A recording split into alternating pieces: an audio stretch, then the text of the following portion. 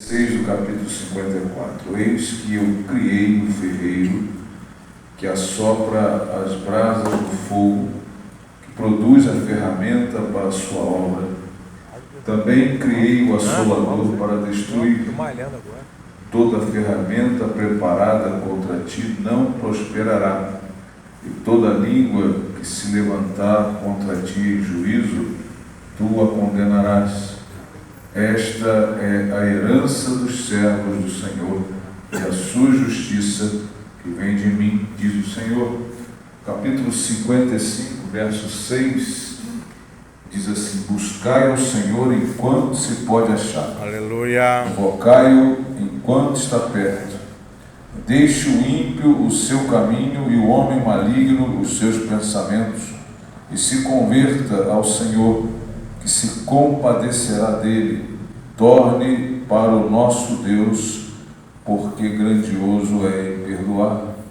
Porque os meus pensamentos não são os vossos pensamentos, nem os vossos caminhos, os meus caminhos, diz o Senhor. Amém? Muito obrigado, podem sentar. Meus irmãos, nós estamos diante de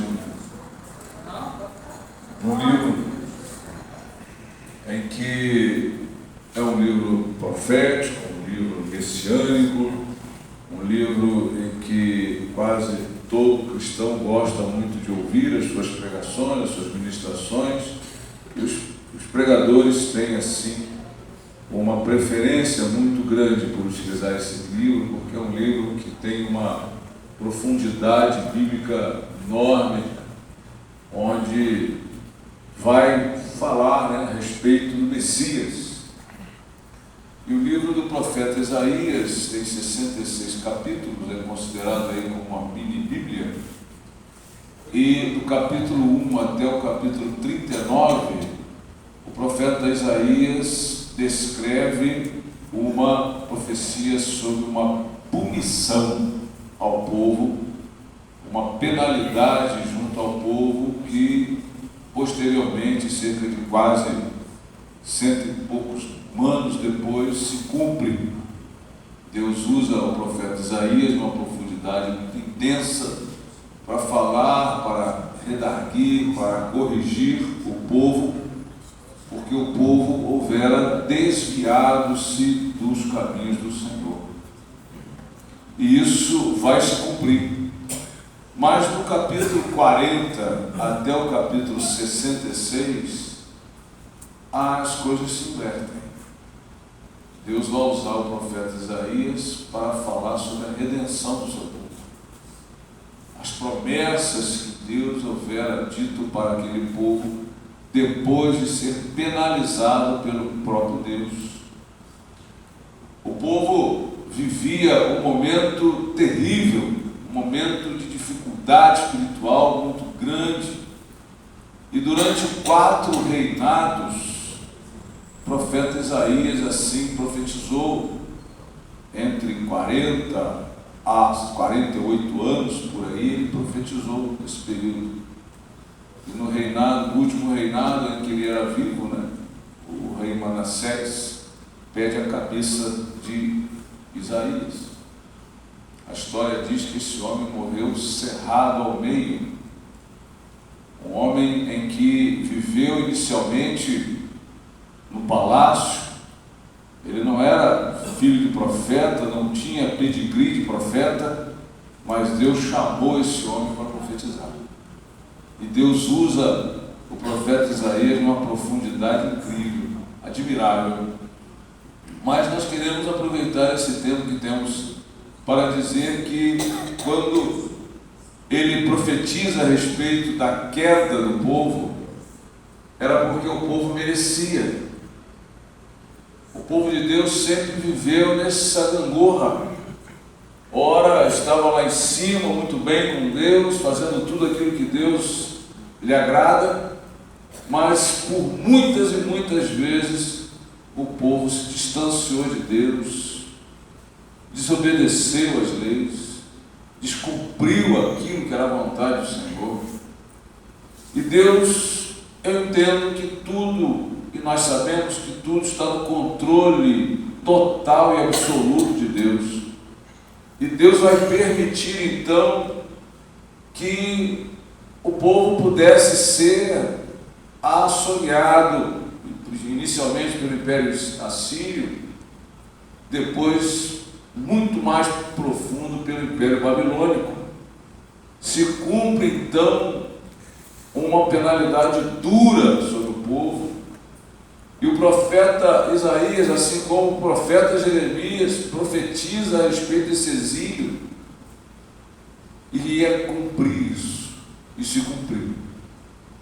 Em torno do ano de 682, 684, por aí, Isaías morre, mas a profecia permanece. Oh, aleluia! E isso nós aprendemos de que a palavra do Senhor, ela permanece. Aleluia! E se cumpre. E Deus então vai permitir que sobre o povo viesse dura escravidão. Um exílio que trouxe muita dor, que trouxe muita amargura, que trouxe muita tristeza. Mas ao capítulo 40 a seguir, o profeta Isaías ele vai trazer uma outra conotação, ele vai dar esperança ao povo. Ele traz então a esperança da redenção. E nesta esperança de redenção, dentre esses capítulos, especialmente o capítulo 54, de que nós lemos aqui, ele profetiza a respeito do que Deus iria fazer com esta nação, que outrora Deus abençoava, que outrora Deus prosperava, mas que outrora Deus permitiu que perdessem também, para que eles pudessem aprender. E dentre vários pontos que nós gostaríamos de destacar aqui nessa noite, vale a pena trazer essa aplicação para nós. Muito embora esse capítulo 54 ele é profético e inteiramente entregue ao povo judeu. Isso é para Jerusalém. Mas eu confesso que é um capítulo difícil, sabe? É um capítulo difícil você tentar trazer para aplicação no nosso meio. Mas eu entendo que aqui nesse capítulo também tem aplicação para a igreja. Aleluia! Deus estava dizendo, olha, eu fiz o ferreiro, tá? Eu fiz o ferro, fiz o ferreiro.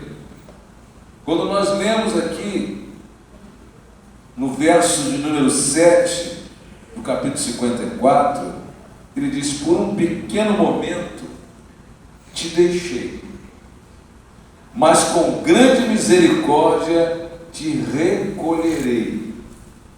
Ele está dizendo assim, ó, eu te deixei. O verbo está no pretérito do presente.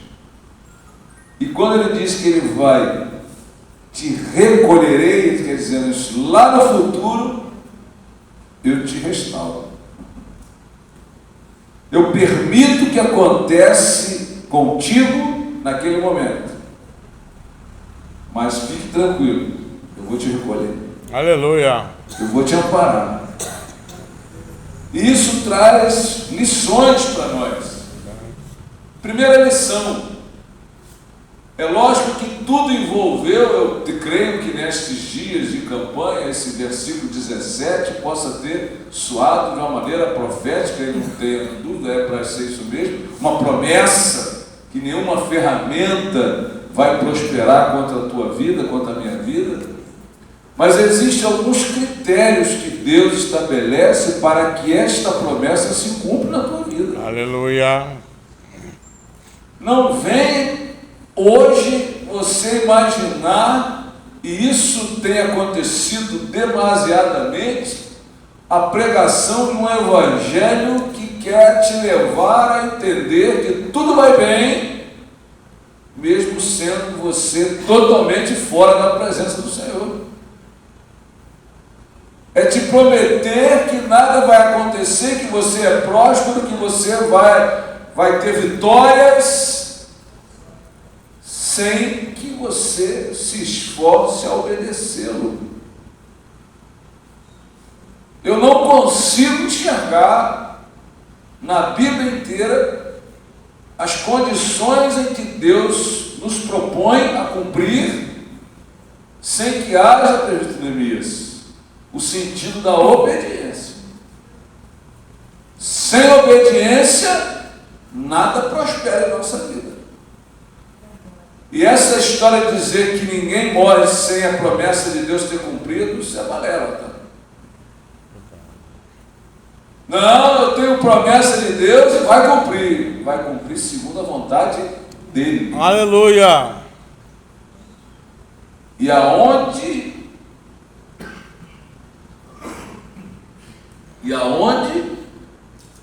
não há obediência, não tem comprometimento de Deus, não. E ele disse aqui no verso 7 que lemos: por um pequeno momento, 70 anos, por um pequeno momento te deixei, mas fique tranquilo, eu já deixei até assinado aí, já tem até o nome do rei que vai liberar vocês aí, fica tranquilo.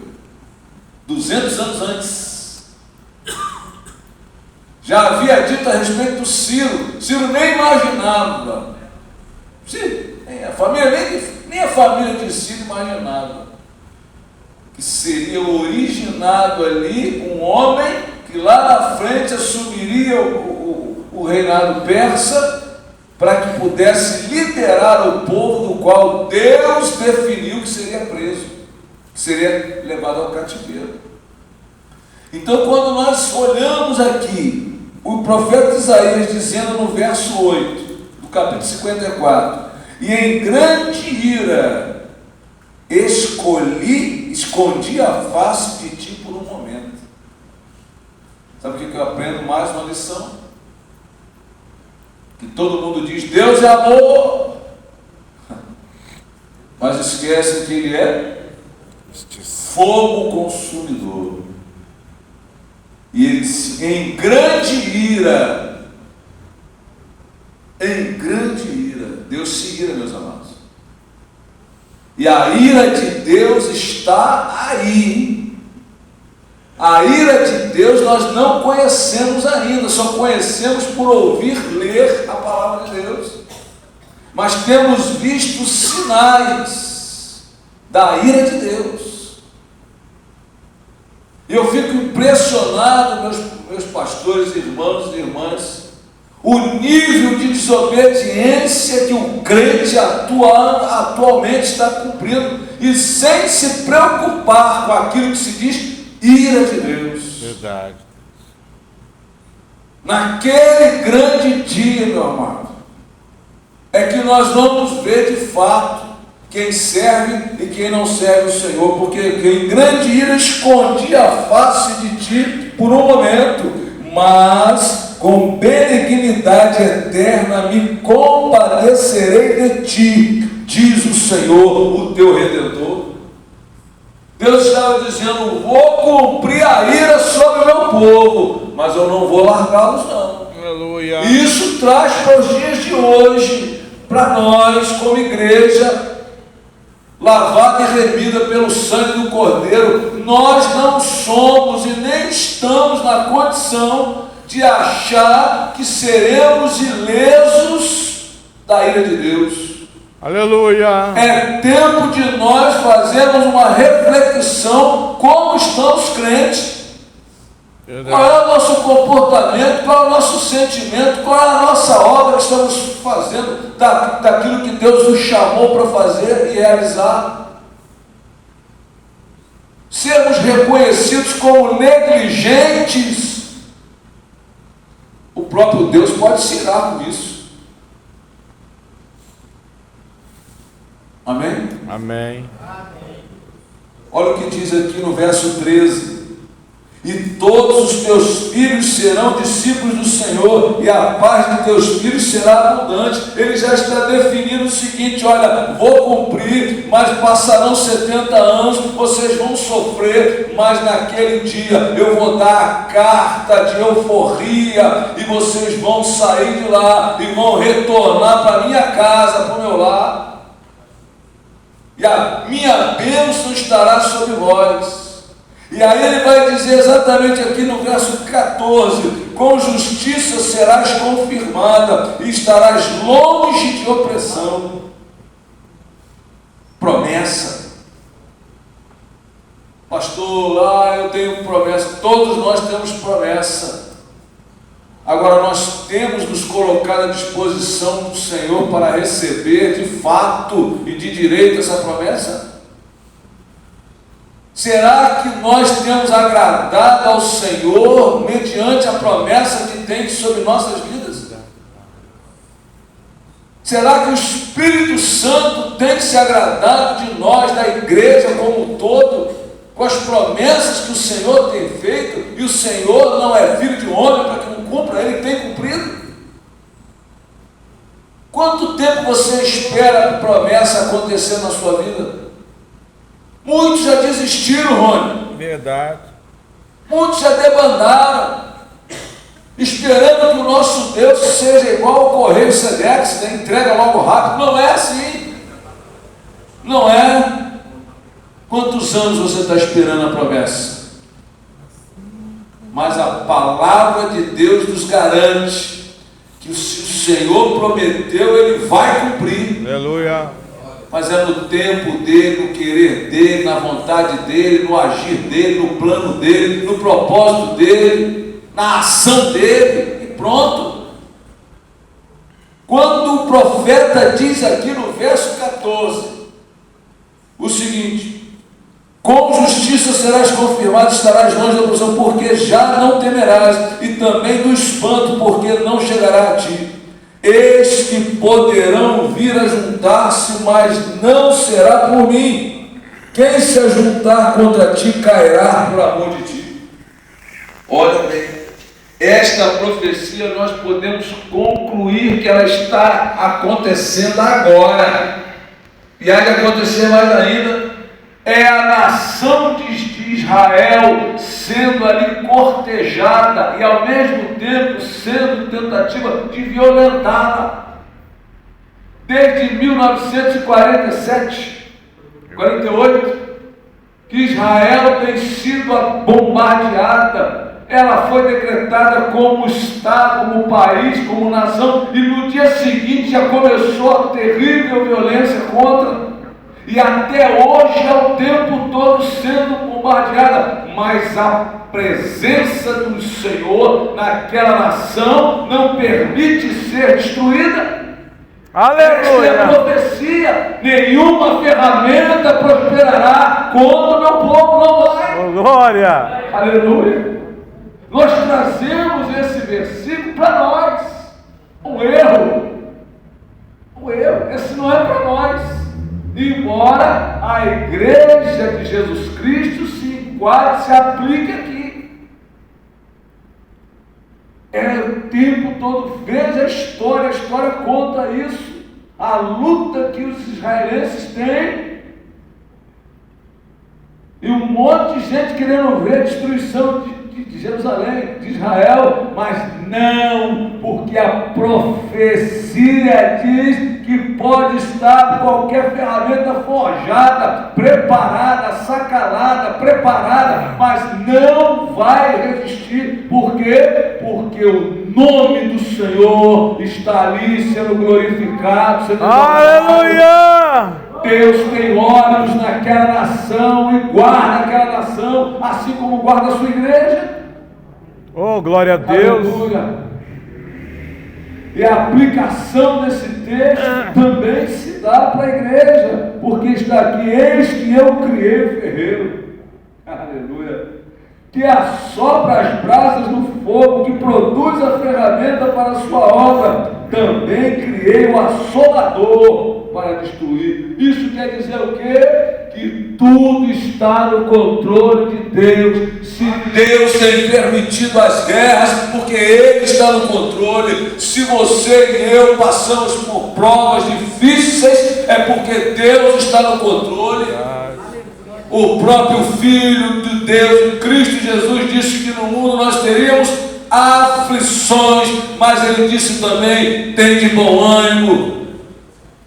Oh, glória. Isso não quer dizer que as ferramentas que se lançam contra nós, muitas vezes, meus amados, nós mesmos produzimos as ferramentas. Talvez o teu orgulho que você produz, a tua inveja que você produz, a mentira que você prega, que você produz, é ferramenta contra você próprio. Aleluia. Mas o Senhor está dizendo que a ferramenta do inimigo, do qual o ferreiro que Ele mesmo criou, não prosperará. Desde que você esteja no centro da vontade de Deus. Essa é a condicionante para que você possa dizer: não vai prosperar não. Porque no verso 17 tem aqui, dentre o que está escrito, uma promessa. Olha o que diz aqui o verso 17: toda ferramenta preparada. O que tem de gente preparando ferramenta para te derrubar, crente, para derrubar esse ministério, para derrubar os pastores, para derrubar a tua casa, para derrubar a tua família, assim como está preparada para derrubar Israel. Verdade. Imagina, você pega o mapa, vê uma pontinha só lá chamada Israel, tem uma pontinha só, é cercado de inimigo, tudo preparando ferramenta para derrubar. Mas, louvado seja Deus, parece um negócio, né? A mão de Deus está ali naquele negócio ali, ninguém consegue derrubar e não vai conseguir, porque o Deus de Israel, o Senhor dos senhores, o Rei dos reis, o rei da tribo de Judá, o leão da tribo de Judá, não vai permitir. Oh, glória! E assim eu posso considerar que a igreja de Jesus Cristo também não vai ser destruída. Não vai. Daqui a pouco o Senhor vai fazer a separação. Oh, meu Deus! Vai se cumprir o que está escrito lá em Malaquias: e verás quem serve e quem não serve ao Senhor. Esse monte de crente fajuto que existe no nosso meio vai ter que se consertar, vai ter que se acertar. Por quê? Porque só vai se consertar, pastores, quando Deus apertar. Se não apertar, é lógico que tudo está no controle dele. Se não apertou ainda, porque não é para apertar, mas você está apertando já. No dia que começar a apertar mais aqui, aí você vai ver choro e ranger de dentes. Aí você vai ver, Deus está ajustando as coisas. Mas até lá nós vamos perseverando. Até lá nós vamos nos mantendo fiéis. Aleluia. Não tem que indignar, não. Faz o teu papel, faz a tua parte, faz o teu feijão para arroz, mas faz. Oh, glória!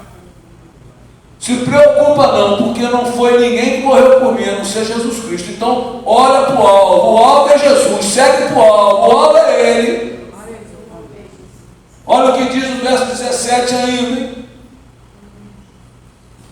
E toda língua que se levantar contra ti em juízo, tu a condenarás. Continua falando sobre Israel, lançar sobre Israel. Se levantar contra eles. Mas olha bem a promessa: esta é a herança dos servos do Senhor, e a sua justiça que vem de mim, diz o Senhor. A justiça vem do Senhor. É dele que vem a justiça. E é nesta justiça que devemos crer, confiar, ter convicção de que a nossa vida cristã, por mais sofrimento que tenhamos, por mais dificuldade que temos, por mais obstáculos que apareçam na nossa trajetória, vamos rompendo em fé, irmãos. Vamos rompendo, porque por mais que você sofra, por mais que tenha dificuldade, Ele é o nosso Senhor, é Ele que é o nosso refúgio, é Ele que é a nossa fortaleza, é a Ele que nos sustenta, é a Ele que nos mantém. Por isso que no capítulo 55 eu li: buscar o Senhor enquanto se pode achar. Hora que a profecia estava ali, as promessas estavam ali, a herança está para nós, mas não é para você ficar parado, inerte, não. Muito pelo contrário, nós temos que avançar para o alvo, é buscar o Senhor enquanto se pode achar, invocar enquanto Ele está perto. A igreja podia estar cheia, que para mim não faz diferença nenhuma. Se tiver uma pessoa que não tem problema não. Eu disse para a Jaqueline: se tiver eu, você, ela senta lá, ela prega, ela canta e dá testemunho. Até deu testemunho. Oh, glória! Ainda tira a oferta e dá a bênção apostólica. Não viemos aqui para pessoas, não. Lógico, não viemos para cultuar o Senhor, mas nós viemos aqui agradecer a Deus. Que até ontem eu não conseguia nem falar. E estou aqui com a garganta bem inflamada. Mas eu sei quem tenho crido. Glória! Assim como Paulo disse, diante de uma luta terrível, ele cita: tudo posso naquele que me fortalece. Todo mundo gosta de citar esse versículo, mas não lê o contexto desse versículo. Verdade. O homem estava preso numa prova só, e ele dizia: eu sei viver na bonança, mas sei viver também na dificuldade. Então nós temos que acreditar que o tempo de buscar o Senhor é agora. O tempo de invocar o Senhor é agora. Verdade. O tempo de refazer a sua vida cristã é agora. O tempo de você fazer uma análise, uma introspectiva, uma retrospectiva da sua vida é agora. Não deixar que o tempo melhore, não. Porque se chove, o crente não vem. Se faz calor, o crente não vem. Se compra um carro, faz a campanha para comprar um carro, mas se chove, se não for não, porque o carro vai sujar. Ô, meu irmão, daqui a pouco Deus vai tirar tudo. Verdade. Eu fico imaginando um homem chamado Paulo. Paulo não tem como, eu tenho que sempre citar Paulo. Paulo é um homem digno de admiração. Imagina Paulo chegando na ilha de Malta. Depois daquele naufrágio que todo mundo ficou apavorado, e o homem disse: não vai morrer ninguém. Oh, glória a Deus. Não vai morrer ninguém. Quantos anos? 276 é isso? 276 chega na ilha de Malta. Todo mundo fica apavorado vendo aquilo ali. Os maltenses ficavam olhando aquilo ali. Mas o que está acontecendo? O que é esse camarada aí? De repente vai mexer lá, meu irmão, uma víbora vem, puf, mordeu a mão de Paulo. Agora tu imagina um negócio desse, um homem que disse: não vai morrer ninguém. O monte de fariseu que deve ter no nosso meio, irmão, querendo ver tua queda, não tem limite. O que tem de gente querendo ver a tua queda não é brincadeira, não. E não é só o ímpio lá, não, é até no nosso meio. Agora tu imagina, um homem profetiza que não vai morrer ninguém lá no alto mar, no meio da prova. Quando chega na praia, a serpente morde.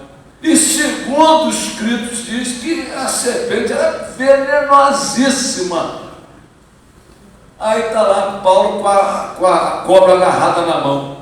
Imagina os malditos, imagina todo mundo que veio junto com Paulo e disse: rapaz, você lá na praia, lá no mar, você viveu a situação e agora, o que vai acontecer? Vai morrer. Ficaram todos esperando Paulo cair com aquele negócio ali. Paulo está com a cobra, eu fico imaginando isso, e Paulo com a cobra ali. E a fogueira lá. Aleluia. Olha a ferramenta de Satanás aí contra Paulo, hein? A ferramenta que tem lançado contra a tua vida, não se preocupa não. Paulo pegou aquela cobra agarrada ali, Walter, foi lá perto da fogueira e sapa lá, Satanás. Ô, glória!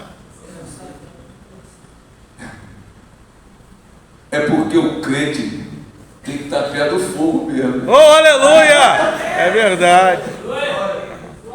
O crente tem que estar perto do fogo. Pastor, descobri que a cobra não saiu da mão dele porque ele estava longe do fogo. Depois ele lá. Aí ele vem, traz para perto do fogo, aí pum, cai no fogo ali. A ferramenta contra a tua vida cai diante do fogo de Deus na tua vida. Ô, glória!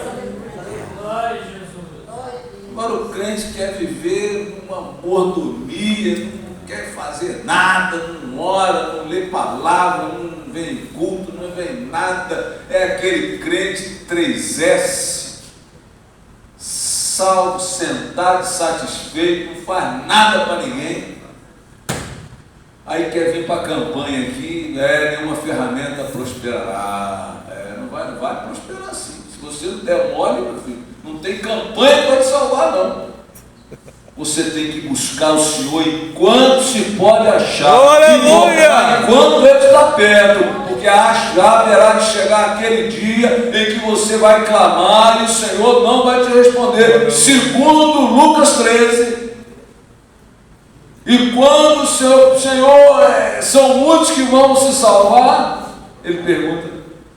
E Jesus diz para ele: porfiai por entrar pela porta estreita, porque naquele grande dia o pai de família levantará, está escrito lá, e cerrar a porta,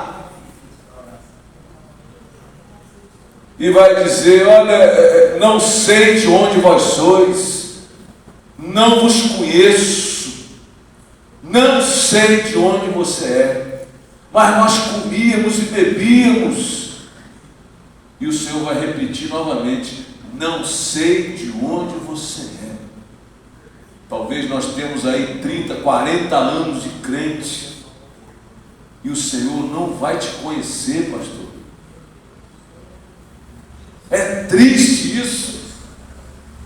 Mas eu dirigi a campanha, eu era pastor, eu tocava sanfona, eu era tesoureiro há 300 anos. Não vos conheço, não sei nem quem você é, rapaz. Pensa nisso, irmão. Todos nós aqui, todos, sem exceção, estamos passíveis disso, de não sermos reconhecidos pelo Senhor. Como bem disse a Jaqueline, a fé sem obras é morta. Eu tenho muita fé, mas tu não move nada para a obra de Deus. Eu sou dizimista, amém, mas que é sua obrigação, mas tu não faz nada para Jesus. Aí você vai bater no peito: não tem ferramenta contra mim, não. Tu está puramente enganado, totalmente enganado. Eu quero aqui encerrar. Oh, glória a Deus. Porque não tem glória a Deus, então não vou encerrar. Aleluia! Então buscar ao Senhor enquanto se pode achar, invocar enquanto está perto. Olha o que a Bíblia diz, pastor: deixa o ímpio o seu caminho. Tem ímpio dentro da igreja, irmão? Então não tem. Verdade. O que significa ímpio?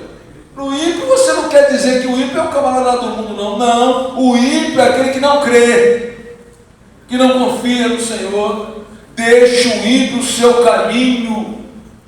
Nós temos que rever os nossos caminhos, rever as nossas vidas, para que possamos ser encontrados aprovados. Porque diz aqui, deixa o ímpio o seu caminho, o homem maligno os seus pensamentos, e se converta ao Senhor. Está faltando uma verdadeira e profunda conversão aos caminhos poderosos do Senhor. E conversão é mudança de lugar, mudança de posição. Eu quero ser crente, minha irmã, mas continuo com as mesmas práticas, mesmos vícios, mesmos hábitos, a mesma coisa do mundo. Aí eu vou bater no peito e dizer que não tem ferramenta contra mim. O que, meu amado? Não precisa ferramenta não. Só um assopro de Satanás tu vai voar. Mas aquele que está firmado nos pés do Senhor, meu irmão, aqueles que estão firmados ali na igreja, na palavra, é sustentado pelo poder da oração. Aleluia! Aí não, aí você pode bater no peito. Não tem ferramenta contra mim não. Por quê? Porque eu sei em quem eu creio. Eu sei, é mais poderoso, é o Senhor. As enfermidades têm tentado nos tirar da presença do Senhor. As más companhias corrompem os bons costumes, não esqueçam disso. A quantidade de crente que está desviado dentro da igreja, família destruída, uma pornografia terrível no nosso meio, coisa de Satanás. Aí o sujeito vai dizer que ferramenta, não, meu irmão, a ferramenta do cão está aí, ó, à vontade, à disposição, espreitando a mim e a você, buscando a mim e a você, lançando sobre você a tentação. É verdade. E o que nós vamos fazer?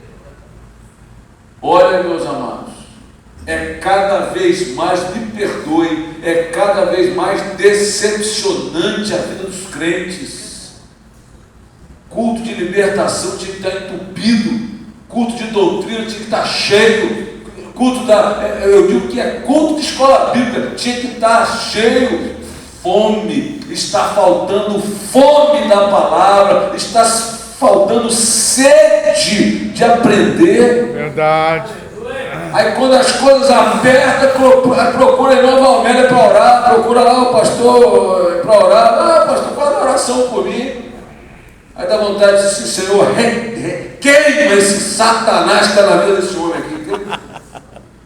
Que só corre para Jesus, só corre para os pés da oração quando o negócio aperta.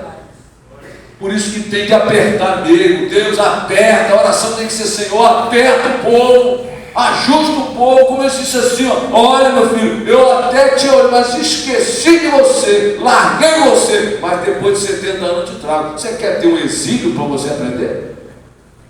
Não. Não, amém. Amém, glória a Deus. Esse amém não quer dizer que eu quero não, né? Sabe por quê? Que eu encerro com o verso 8. Porque os meus pensamentos não são os vossos pensamentos. Aleluia! Nem os vossos caminhos, os meus caminhos, diz o Senhor.